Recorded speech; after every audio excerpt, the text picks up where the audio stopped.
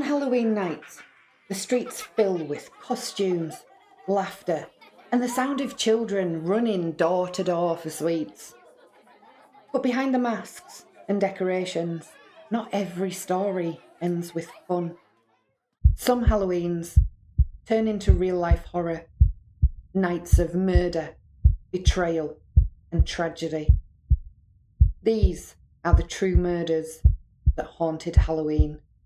I'm Fiona, and this is Case Continued.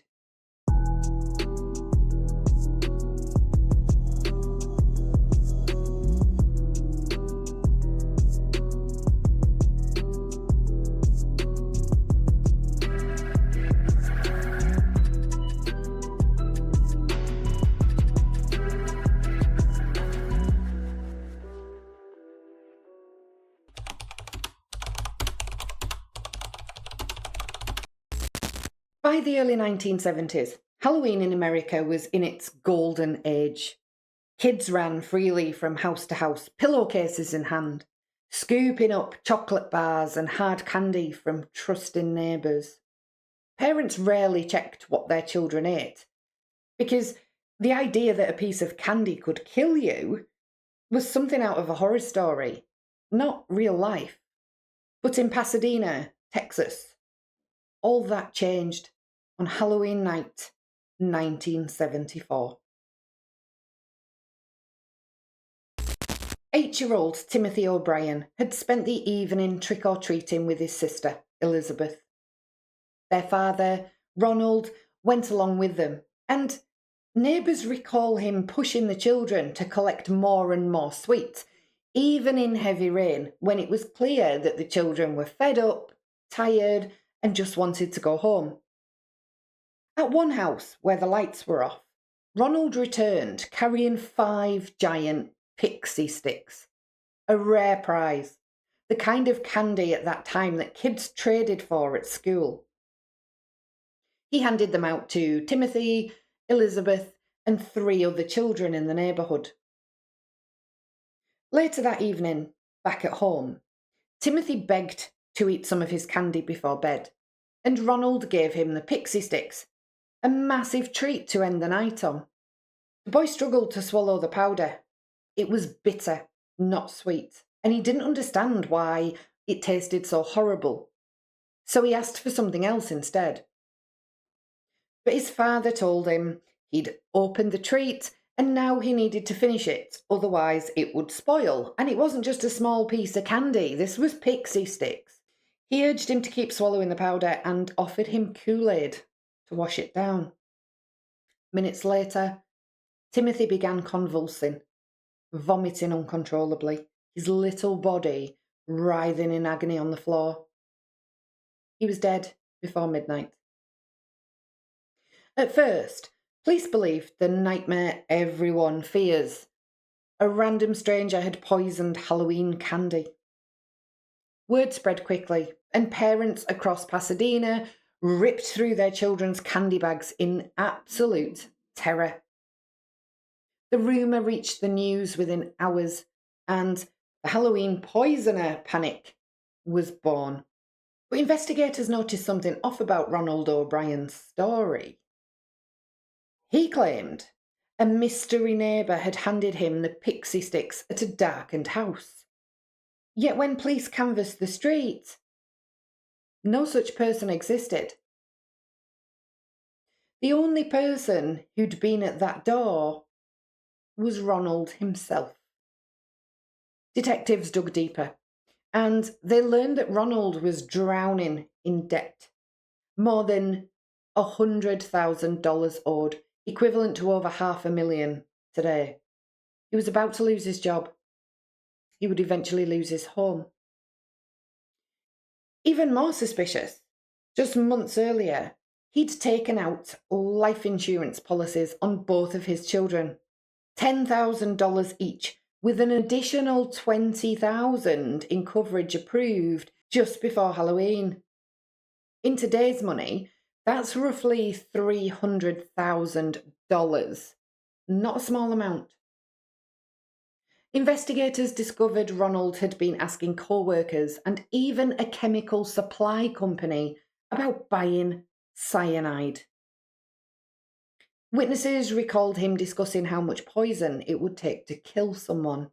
The powdered sugar in the pixie sticks had been replaced with enough cyanide to kill several adults. Timothy's little body never stood a chance. Police quickly realised that Ronald had distributed poisoned candy to cover his tracks, making it look like a random Halloween killing. The only reason more children weren't dead?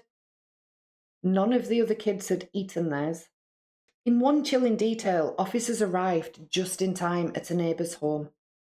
Their child had gone to bed with the pixie sticks clutched in his hand, but he was just too tired to eat it. The staple that Ronald had used to reseal a package was still intact. Ronald O'Brien was arrested on November the 5th, 1974, and at trial, prosecutors painted him as a man so desperate for money that he murdered his own son in cold blood.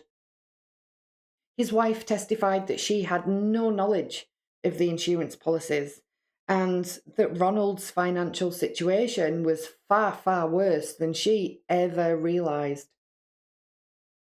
The jury took less than 1 hour to find him guilty of capital murder. He became known as the Candyman and the man who killed Halloween. Parents across the country never looked at trick-or-treating the same way again.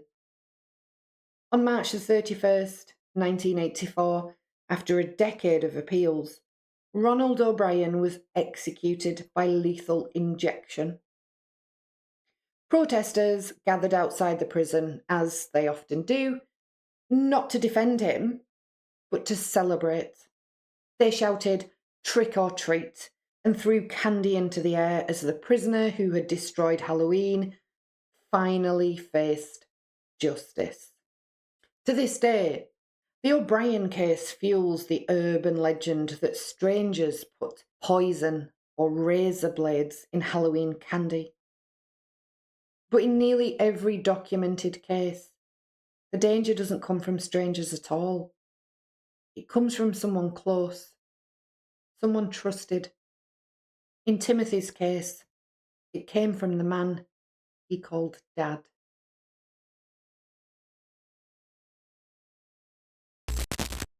In New York City, Halloween in the 1990s was known for mischief as much as candy. Mischief nights often bled into Halloween itself, with eggs, shaving cream, and toilet paper used in pranks across the 5 boroughs. But in 1998, one prank turned deadly, leaving a young man's family absolutely shattered. Carl Jackson had just turned 21 years old, and he worked as a data entry clerk for Morgan Stanley, a steady job that he'd held since graduating high school. He was soft-spoken, close to his family, and, unlike many of his peers, not interested in the rowdy side of Halloween at all. He had a really good head on his shoulders, and he wasn't known for partying or aimlessly wandering the streets with his friends looking for trouble. He'd never done much on previous Halloween nights, but that year he decided to make an exception. He wanted to take his girlfriend's 9-year-old son, Clyde, to a Halloween party. After picking him up when the party was over and taking him home to a babysitter, Carl and his girlfriend Darlene had made plans of their own to attend a Halloween gathering with friends. Carl was looking forward to this change and wanted to enjoy spending time with his loved ones. But while Darlene was driving them to the party they were attending together, her car was suddenly struck by eggs.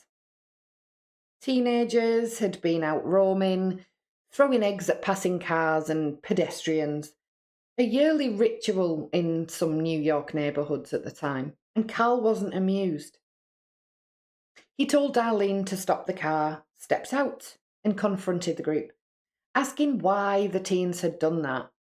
Why were they making such a mess? What happened next was utterly senseless.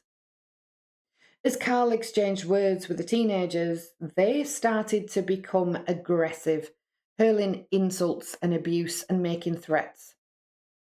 Carl, being as sensible as he was, returned to the car to leave the area.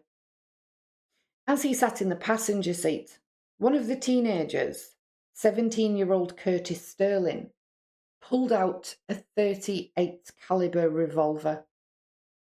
Without hesitation, he fired, striking Carl in the head. Carl's girlfriend, in the driver's seat, watched in shock and horror as the life of the man she loved ended over nothing more than an egging. Police and paramedics arrived quickly, but Carl was pronounced dead at the scene. Detectives pieced together the events and tracked down the shooter within hours. Curtis Sterling was arrested and charged with second-degree murder. At trial, prosecutors described the shooting as unprovoked and utterly senseless. Witnesses testified that Carl had not attacked the teenagers in any way. He had only confronted them about their prank. The defence, on the other hand, tried to argue self-defence, claiming that Carl was angry and threatening, but the jury saw through it. In 2000, Curtis Sterling was convicted of second-degree murder and sentenced to 20 years to life in prison. The impact on Carl's family was absolutely devastating. His mother told reporters that Halloween was forever ruined for her because she couldn't look at trick-or-treaters without remembering her son's last night alive. Every Halloween, on the anniversary of Carl's death, his family gathers at Woodlawn Cemetery in the Bronx, and they write messages to him on painted stones that they leave on his grave. His sister, Carolyn Jackson, was pregnant at the time of the shooting. His grandmother kept a pair of his shoes at the top of her stairs. Carl's death also reinforced concerns about gun violence in New York City, a city that had seen dramatic drops in crime during the 1990s, but where small disputes could still escalate into deadly encounters. Curtis Sterling was released from the correctional facility in Ulster County after serving his time. Every year in October, he received a Halloween greeting card through the mail. Inside, the same thing was always written: "I'm glad you're still in there." The cards were from Carl's mother. What makes Carl Jackson's case so disturbing is how ordinary it was. No long-planned murder, no premeditation, just a prank, a confrontation, and a gun in the wrong hands. A young man's life stolen, a family broken, and a holiday meant for fun and laughter forever shadowed by tragedy. In the Bronx, Carl's story is still remembered as a warning that even the smallest Halloween prank can spiral into something unthinkable.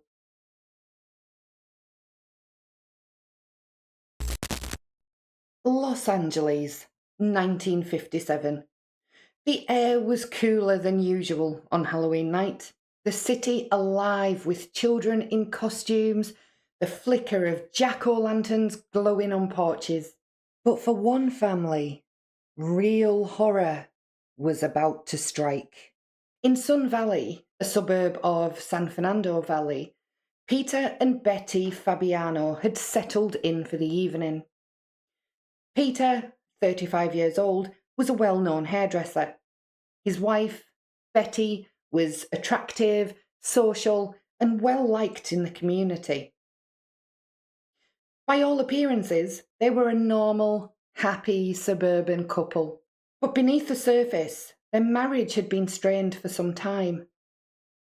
Betty had actually recently just returned to Peter after a separation caused in part by a friendship she had with another woman, a woman named Joan Rabel. Betty and Joan had been friends before Betty met Peter. Joan was an artist and photographer, sharp-witted and, by most accounts, highly manipulative. She was a divorcee in her 40s, and she had introduced Betty to a new world, a world away from suburban marriage. She was seemingly quite infatuated with Betty, and Peter was uncomfortable with the way that Joan behaved around his wife. He just felt that something was wrong with their behaviour when they were together, and he told Betty that he didn't like Joan and he didn't like them being friends. He then went on to tell his wife that Joan was no longer welcome to visit their home ever again. In a fit of rage, Betty told Peter that she wouldn't be told who she could and couldn't be friends with, and she walked out on him. A month later, she eventually chose to return to Peter and told him that she would have nothing further to do with Joan if it would save their marriage. Peter accepted that, and Betty stuck to her word. But Joan, well, she couldn't let go. Resentment festered, and with resentment came a plan. On Halloween night, the plan was put into motion. Peter Fabiano, his wife Betty, and teenage stepdaughter Judy Solomon had just retired for the night. Peter's stepson, Richard Solomon, had left earlier that day to return to his Navy base in San Diego.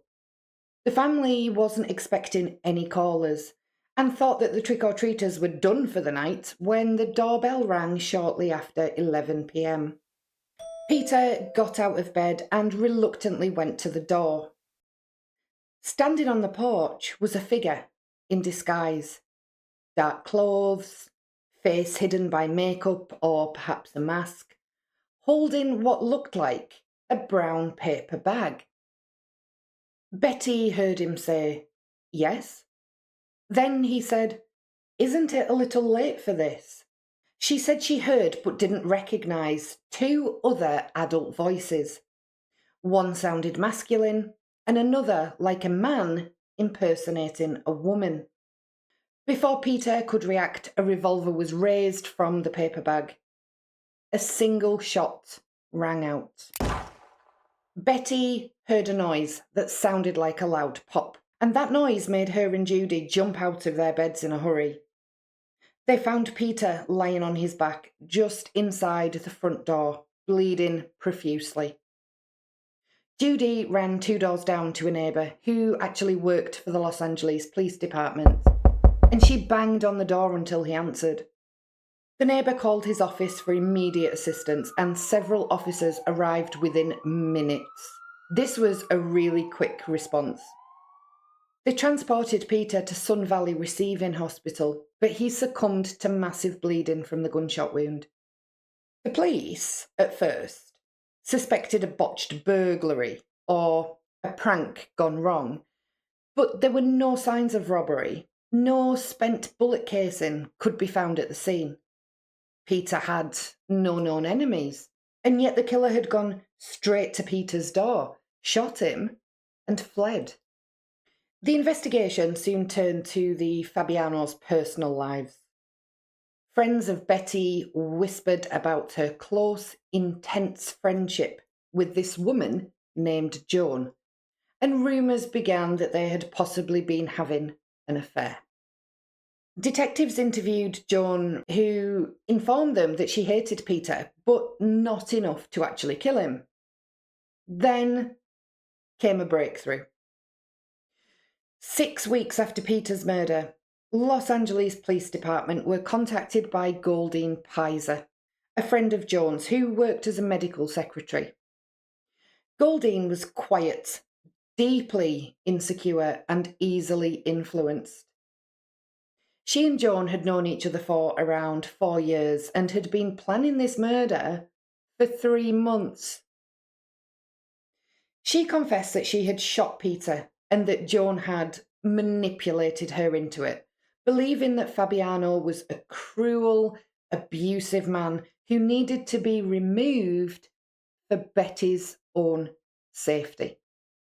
Goldine said that she was relieved to be able to get everything off her chest. Joan provided the gun, and on Halloween night, Goldine disguised herself and carried out the murder.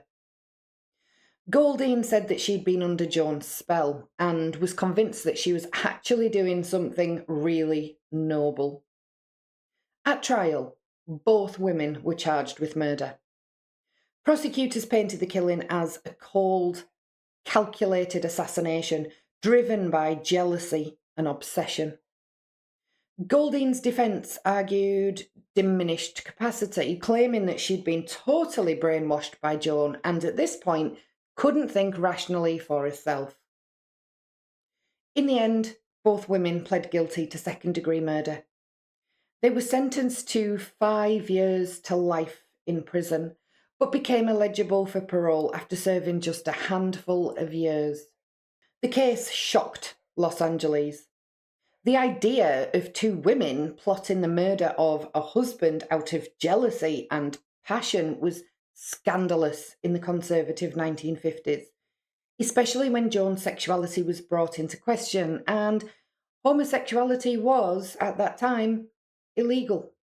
Newspapers sensationalised it, dubbing it a tale of lesbian love and revenge. But stripped of the headlines, it was, at its core, a story of obsession and a reminder that, on Halloween night, not every knock at the door is innocent. For Betty Fabiano, the tragedy was twofold. She'd lost her husband to violence, but also watched as the two women she once cared for were exposed as conspirators in his murder. Today, the murder of Peter Fabiano is remembered as one of Los Angeles' most bizarre Halloween crimes. A husband shot dead on his doorstep by a disguised woman carrying a gun in a paper bag. All because of a twisted love triangle. A knock at the door on Halloween should mean candy, costumes, and laughter. For Peter Fabiano, it meant death.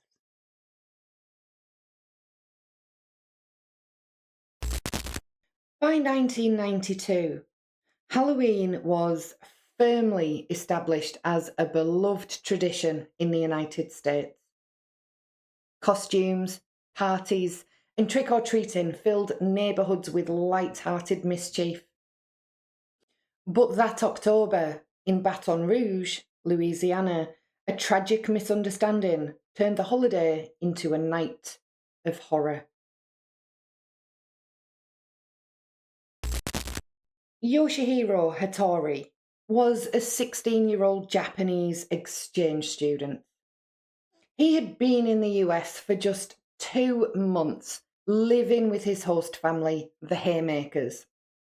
Yoshi, as he was affectionately called, was outgoing, curious, and absolutely fascinated by American culture. He wanted to experience everything, and Halloween, with its costumes and parties, was at the top of his list. On October the 17th, 1992, 2 weeks before Halloween, Yoshi and his host brother, Webb Haymaker, were invited to a Halloween party. Yoshi dressed in a white suit, in a quirky nod to John Travolta's character in Saturday Night Fever. The boys set out, excited for the night, but they had the wrong address. Instead of arriving at the party, they mistakenly walked up to the home of Rodney and Bonnie Pierres. It was an ordinary suburban house, the porch dimly lit, Halloween decorations out in front of the home. The boys approached, laughing, believing that this was the right place, and excited for a night of fun and friendship. Yoshi and Webb approached the house cautiously and pressed the front doorbell, but no one answered. Shortly after, Bonnie Pierres appeared at a side entrance near the carport and noticed Webb standing a short distance away. Now, Webb was actually wearing a full-on neck brace from a recent injury, and so he had thrown on a load of bandages as part of a Halloween costume. He tried to speak to her about the party, but then Yoshi appeared around the corner, moving quickly, grinning in his white suit. Startled, Bonnie slammed the door and called to her husband, Rodney, that there was some strange people outside and told him to grab his firearm. What happened next unfolded in seconds. Realising that they might have the wrong address, Webb began guiding Yoshi back towards their car. That's when Rodney Pierres came out of the carport, holding a .44 Magnum revolver. Yoshi turned and stepped forward, saying, "We're here for the party." Rodney aimed the gun and shouted a warning to freeze. Webb also yelled at Yoshi, but with limited English and without his contact lenses in, Yoshi may not have understood the instruction.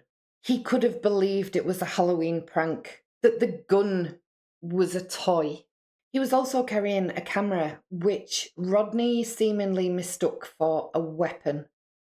Yoshi, excitable and just wanting to get inside to experience this Halloween party, kept moving towards Rodney, completely unaware that he was actually in any danger.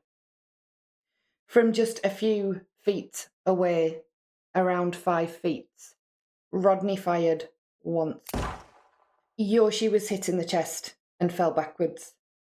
Rodney then went back inside his home, while Webb ran to a neighbour's house for help and returned with assistance, only to find Yoshi lying on the ground, badly injured and bleeding heavily. The Pierreses stayed inside and didn't actually respond until police arrived about 40 minutes later. According to a neighbour, Bonnie Pierres had even told them to leave and get away from the house when they called out for additional help for Yoshi. The bullet had torn through Yoshi's left lung, passing through both upper and lower lobes and exiting near the 7th rib. He died shortly after being placed in an ambulance due to the extremely rapid blood loss. The case sparked international outrage. To many, it was an unthinkable tragedy. A cheerful foreign exchange student gunned down simply for knocking on the wrong door. Rodney Pierres was arrested and charged with manslaughter. His defence was based on Louisiana's castle doctrine, the idea that a homeowner has the right to use lethal force if they feel threatened on their own property. His lawyers argued that Pierres genuinely feared for his family's safety, believing that Yoshi was an intruder and that he was carrying a weapon, the camera. At trial, the prosecution painted a completely different picture. They described Yoshi as a completely harmless teenager who posed no threat whatsoever, and suggested that Pierres instead acted out of paranoia rather than genuine danger. Many witnesses testified that Yoshi was friendly, polite, excitable, and absolutely incapable of threatening behaviour. Despite the evidence, the jury acquitted Rodney Pierres. They decided that his fear was reasonable, even if his actions were fatal. The verdict utterly devastated Yoshi's parents, Masaichi and Miko Hattori, who had sent their son to America believing it would broaden his horizons. Instead, they returned home with his body. But they didn't retreat into bitterness. Instead, they turned their grief into activism. They launched a global campaign for stricter gun control in the United States, gathering hundreds of thousands of signatures. Their efforts drew international attention and sparked debate over America's gun laws, self-defense statutes, and the risks of a culture where nothing but a simple mistake could mean death. Yoshi's story became a cautionary tale, not only about Halloween, but about the clash of cultures, fear, and firearms. Every year since, his memory has been honoured both in Japan and in Louisiana. For many people, he symbolises innocence lost. A boy so full of life, cut down because of a misunderstanding, and a gun. For Webb Haymaker, the memory had lingered like a scar. He had shouted out to help his friend, but Yoshi's misunderstanding of English and his natural eagerness led him straight into danger.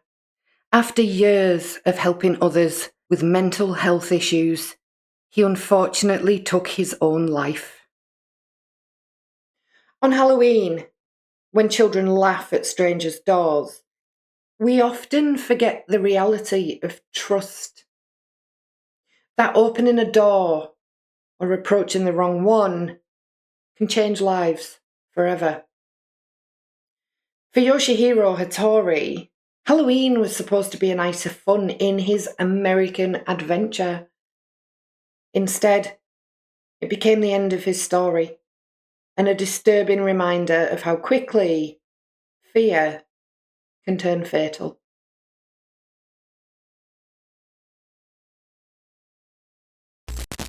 Oklahoma City, Halloween night, 1977. Parents across the city were getting their children into costumes. Ghosts, vampires, witches, superheroes, and preparing for an evening's fun. But for one family, Halloween turned into a nightmare. 19-month-old Nima Louise Carter lived with her parents, George and Rose, in a modest home in the city. The parents had been supporters of the cry it out method. When a child is put to bed and cries, they're not comforted, but instead left to cry until they fall asleep themselves. It's a form of sleep training used by many parents, even still to this day, because it's typically used to solve sleep issues caused by sleep onset associations, like being held or rocked, or just having a parent stay in the room until sleep comes. On Halloween night, the Carters heard Nima crying, and as per their routine, they allowed her to cry it out. But in the early hours of November the 1st, they woke to terror. Nima's crib was empty. The window of her bedroom was locked, as were the doors. There was no sign of the toddler anywhere inside the house. The unthinkable had happened. While the family slept, someone had somehow crept inside and abducted their daughter. George later speculated that someone had been hiding in Nima's room that night, and he spent decades questioning his and Rose's decision to let Nima cry herself to sleep. In a 2007 interview, he asked, "What if we had gotten up to check on her that night? What if we had brought her in to sleep with us?" After Nima disappeared, police launched an exhaustive search across Lawton, Oklahoma. Officers canvassed neighbourhoods, combed through fields, and questioned anyone who might have seen her or seen somebody lurking around the Carters' property. Detectives also turned their attention toward Nima's parents, George and Rose, a standard part of any missing child investigation. But after extensive questioning, there was nothing at all to suggest that either parent had anything to do with their daughter's disappearance. Then, a month later, on the day before Thanksgiving, a soldier from nearby Fort Sill decided to check out an abandoned house. Local kids had fled the house in fear and were telling a really disturbing story that a body had fallen out of an old refrigerator inside. Curious, the soldier went to see for himself. Inside that deserted home, he found something unimaginable. It was Nima. The discovery devastated the community. Parents clutched their children a bit tighter, terrified that a monster was stalking their neighbourhoods. The medical examiner later confirmed the horrifying truth. Nima had been placed in that refrigerator while she was still alive. She died slowly, unable to escape, the cause of death determined to be suffocation. The investigation suddenly immediately focused on a chilling possibility. Could the abduction be linked to another unsolved case just a year earlier? On the 8th of April 1976, 16-year-old babysitter Jackie Rubidoux was said to have led two little girls, twin sisters Mary Elizabeth and Augustine Tina Carpenter, away from their home in Lawton, Oklahoma. The twins were just 3.5 years old. Jackie took them to a deserted house on the edge of town, and inside that house sat an old refrigerator, one that no longer worked, but still sealed shut properly when closed. She placed both girls inside and walked away. For 2 days, the twins were trapped in total darkness. Mary, unfortunately, didn't survive. She ran out of air before help could arrive, but somehow Tina clung to life just long enough for a group of local children playing nearby to hear her faint cries coming from inside the abandoned home. When rescuers arrived, they found Tina alive beside her sister's body. Once she was strong enough to speak, she told investigators what had happened, that it was Jackie Rubidoux who had locked them inside. But even with Tina's account, the case moved painfully slowly, and it would actually take nearly 3 years before Jackie finally stood trial for what she had done. Even though little Tina told police exactly what had happened, that Jackie Rubidoux was the one who took her and her sister, investigators struggled to build a case. Tina was only 3 years old, and with no physical evidence to support her story, prosecutors had nothing solid to move forward with. The case quietly stalled, and Jackie walked free. People who knew her described Jackie as a quiet, timid girl, someone who just really kept to herself. Over time, the story faded, and she began babysitting for other families around Lawton as if nothing had ever happened.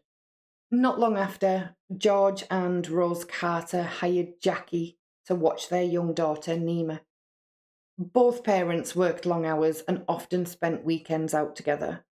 By all accounts, Nima absolutely adored her babysitter. George would actually later recall how this little girl would run straight to the door and wrap her arms around Jackie every time she arrived at the home. 2 months before Nima disappeared on Halloween night, the Carters' home became the target of 2 quite unsettling incidents. First, their family dog was poisoned. No one ever learned who did it or why. Just days later, their house was vandalised. Windows were damaged and belongings were left thrown all over and in complete disarray. There were no clear suspects in either case, but George Carter couldn't shake the feeling that these weren't just random acts. He believed that both incidents were connected and that whoever was behind them was someone close to his family. In his mind, it was likely the same person who would later take Nima's life. Police eventually turned their attention to Jackie Rubidoux, along with another babysitter who lived nearby. Both girls were questioned about where they'd been on Halloween night. Jackie told police that she had been out playing bingo, and on paper, her story checked out. But detectives couldn't ignore her demeanour, and one later recalled how she avoided eye contact the entire time. The officer said, "She never looked you in the eyes. Her gaze was always somewhere else, usually on the floor." Retired detective Cecil Davidson later stated that, in his view, Jackie Rubidoux remained the strongest suspect in Nima Carter's death. Her past connection to the Carpenter twins' abduction and to little Mary Carpenter's murder made her stand out immediately. Even so, the district attorney chose not to bring charges against her in Nima's case. Investigators had no hard evidence tying her to the crime, no fingerprints, no real eyewitnesses, nothing at all that would hold up in court. What they did have was a troubling pattern. Years later, when Rubidoux finally faced trial for Mary Carpenter's murder, details from Nima's case were introduced as circumstantial evidence, painting a chilling picture of repetition rather than coincidence.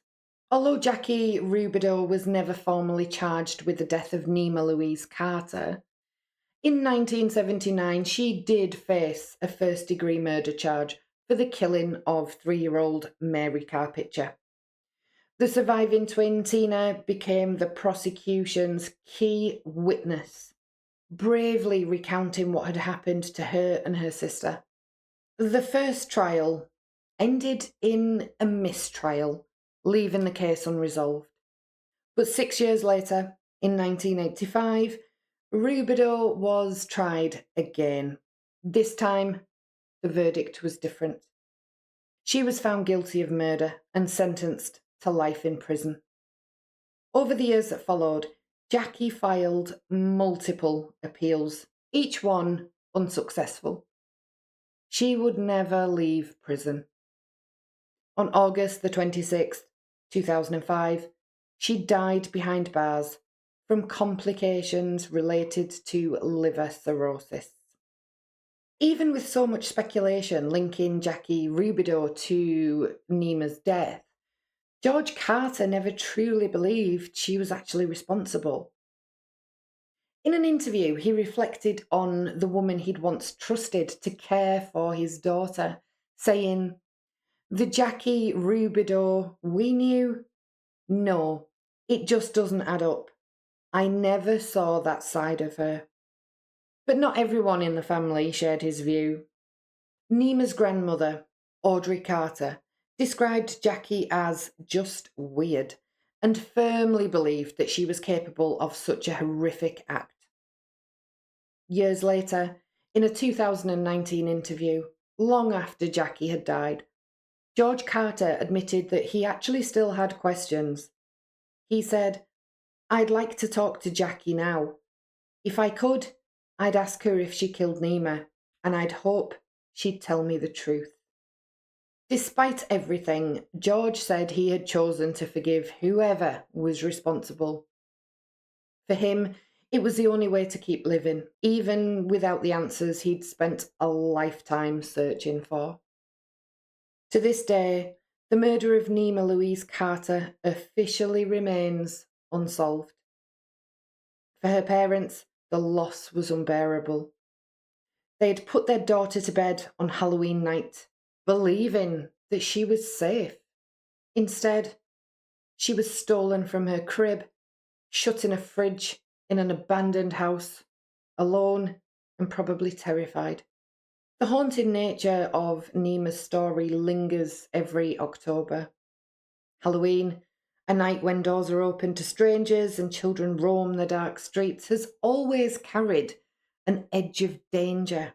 But for the Carter family, the terror came not from outside, but from within their own home. When we talk about real-life horrors that haunt Halloween, the image of a toddler stolen from her crib in the dead of night remains one of the most disturbing. Because unlike urban legends or ghost stories, this really happened, and the person responsible may never have truly been held accountable.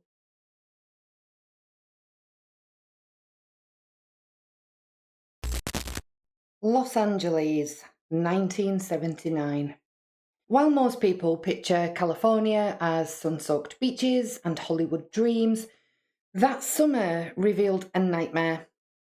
One of the most sadistic killing sprees in American history. They would later be known as the Toolbox Killers. Lawrence Bittaker and Roy Norris were two ex-cons who met behind bars in 1977. They shared a dark obsession, violent sexual fantasies about young women.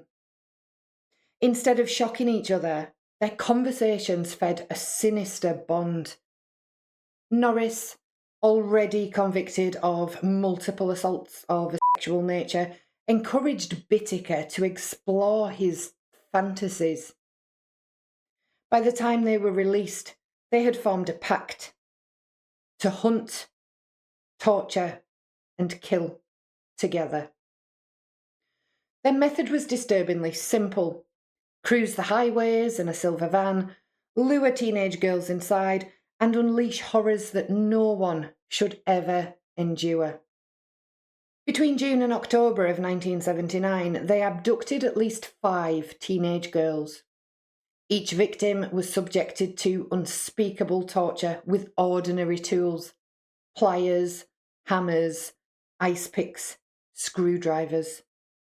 It was everyday hardware twisted into instruments of pure sadism.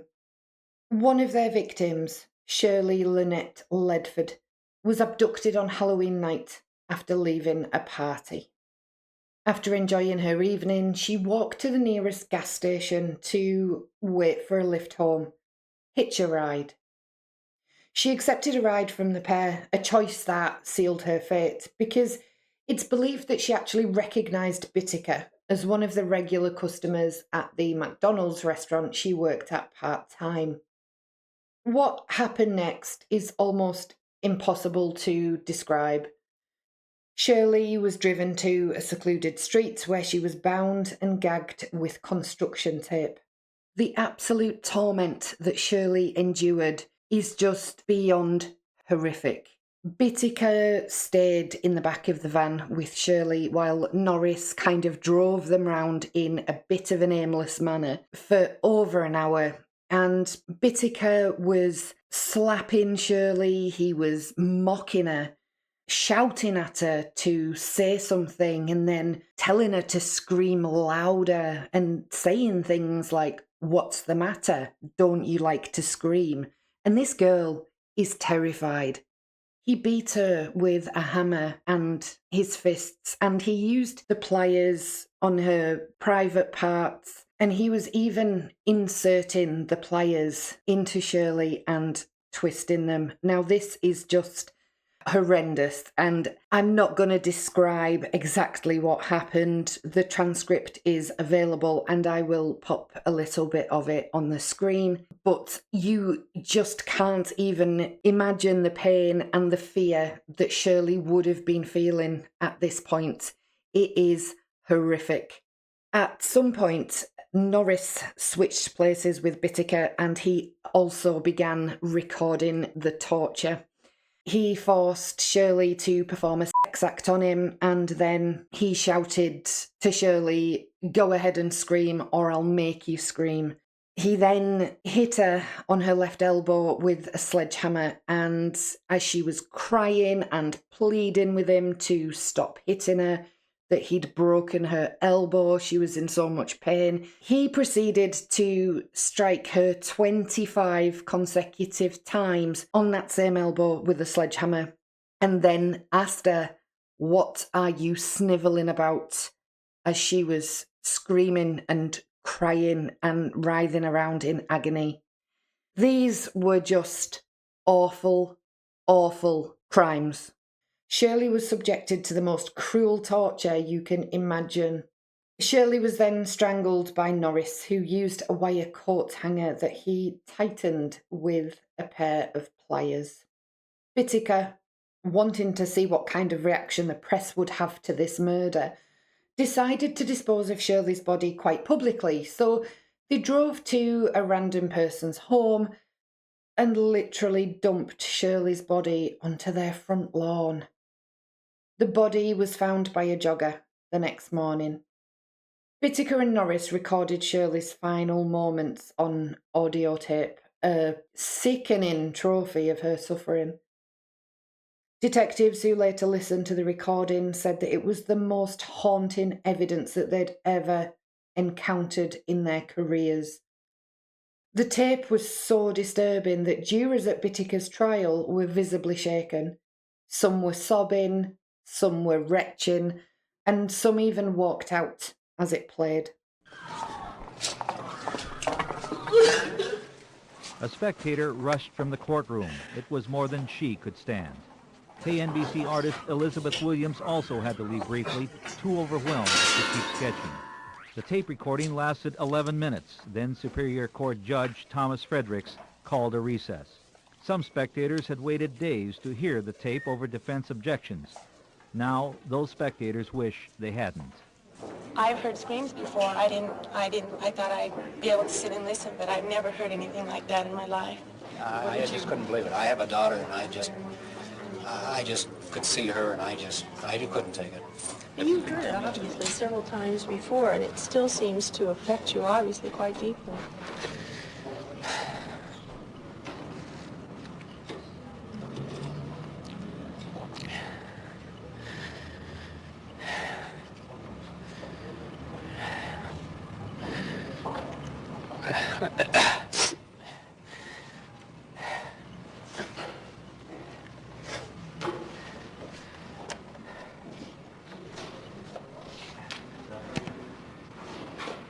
I just picture those girls and how alone they were when they died.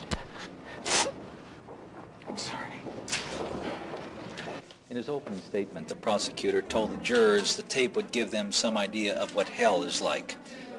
He was right. When the killers were finally caught, Norris turned on Whittaker, striking a deal to avoid the death penalty like the coward that he was. He testified against his partner in exchange for life in prison. Norris was incarcerated at Richard J. Donovan Correctional Facility.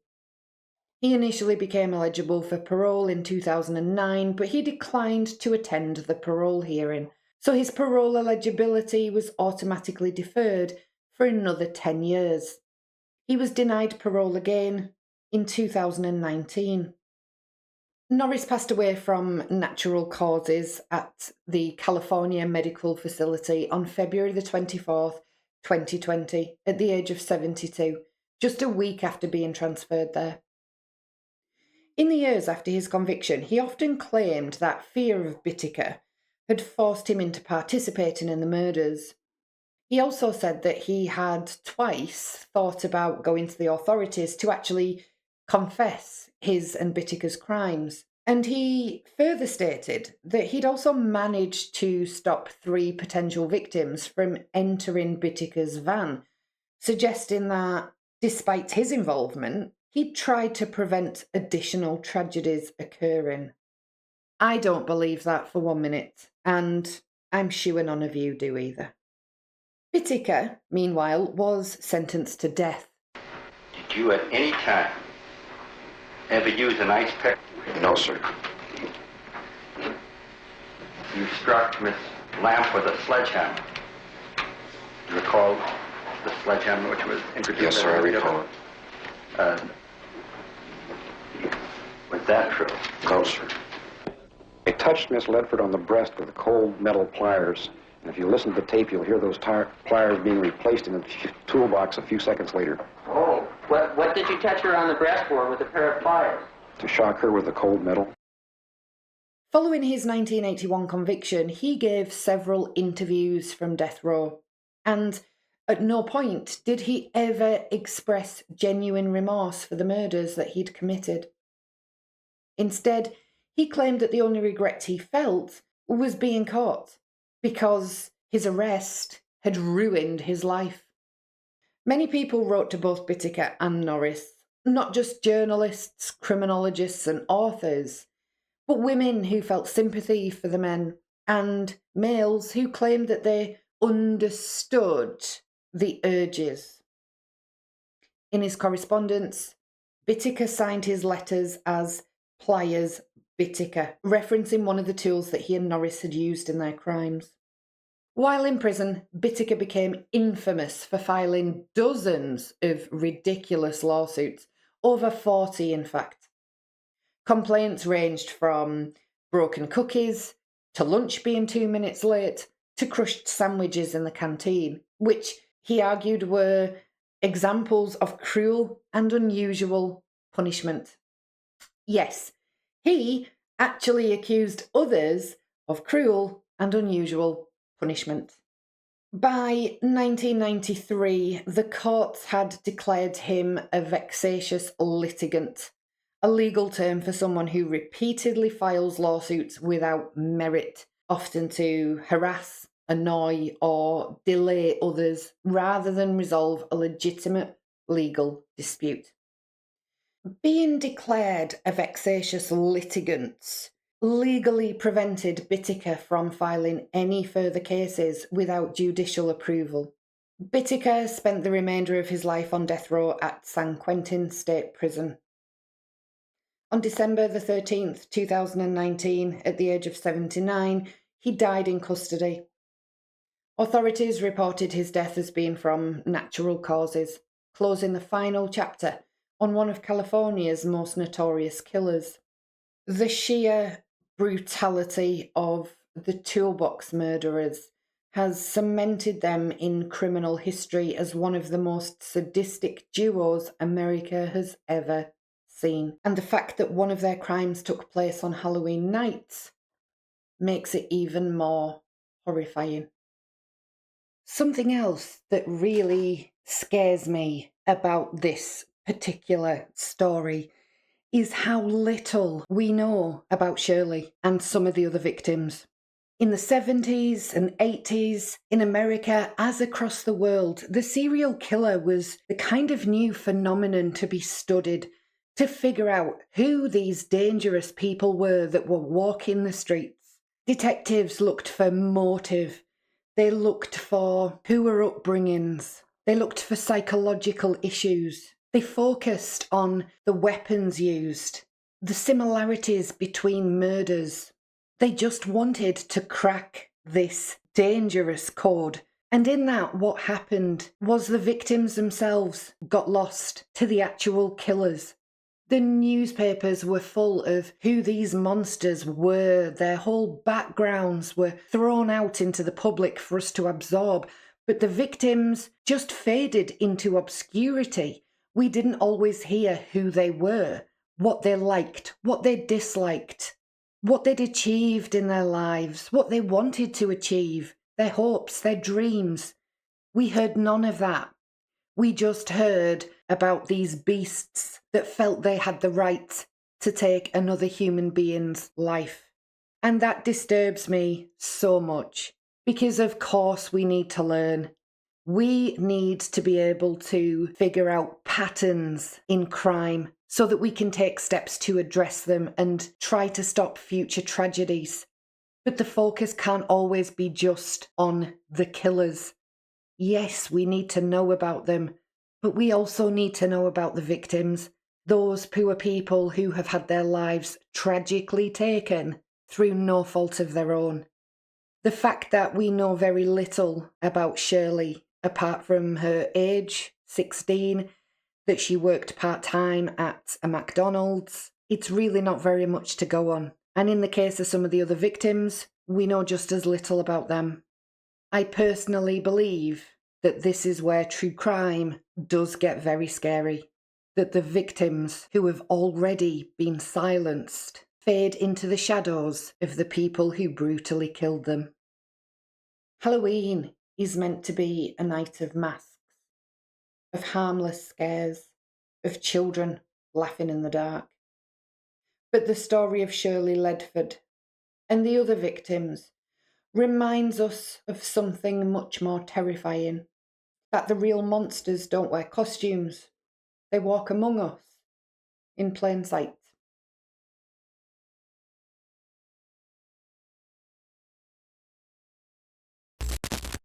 Urban legends of poisoned candy, razor blades in apples, and strangers lurking in the shadows. We tell ourselves they're just myths, but the truth is far darker. For some families, Halloween isn't just a night of fun, it's the anniversary of horror that never fades. These are the murders that haunted Halloween. So the next time you open your door on October the 31st, just remember, not every monster wears a mask.